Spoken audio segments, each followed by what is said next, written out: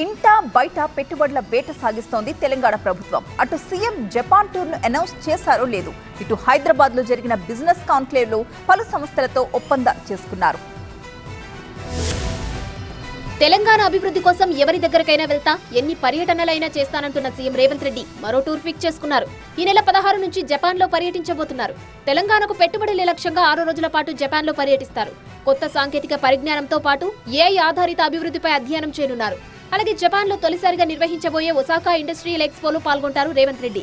ఈ ఎక్స్పోలో భారత ప్రభుత్వానికి కేటాయించిన పెవిలియన్ లో తెలంగాణ ప్రభుత్వ స్టాల్ ను ఏర్పాటు చేయనున్నారు. టైం స్లాట్ ప్రకారం తెలంగాణకు 2 రోజుల పాటు అవకాశం ఉంటుంది. ఆ 2 రోజులు పారిశ్రామికవేత్తలతో సమావేశమై తెలంగాణలో పెట్టుబడి అవకాశాలను వివరిస్తారు. పలు ఒప్పందాలు కూడా చేసుకునే అవకాశం ఉంది. జపాన్ పర్యటనకు సీఎం రేవంత్ తో పాటు మంత్రి శ్రీధర్ బాబు, పలువురు ప్రభుత్వ అధికారులు వెళ్లనున్నారు.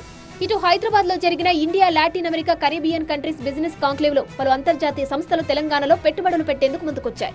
పెట్టుబడులను ఆకర్షించేలా ఎంఎస్ఎంఈ పాలసీ ఉండడంతో 6 సంస్థలు పెట్టుబడులకు ముందుకొచ్చాయన్నారు ఐటీ మంత్రి శ్రీధర్ బాబు. మొత్తంగా పెట్టుబడులే లక్ష్యంగా దూసుకెళ్తోంది తెలంగాణ ప్రభుత్వం. రానున్న 6 నెలలు పెట్టుబడులంటోంది.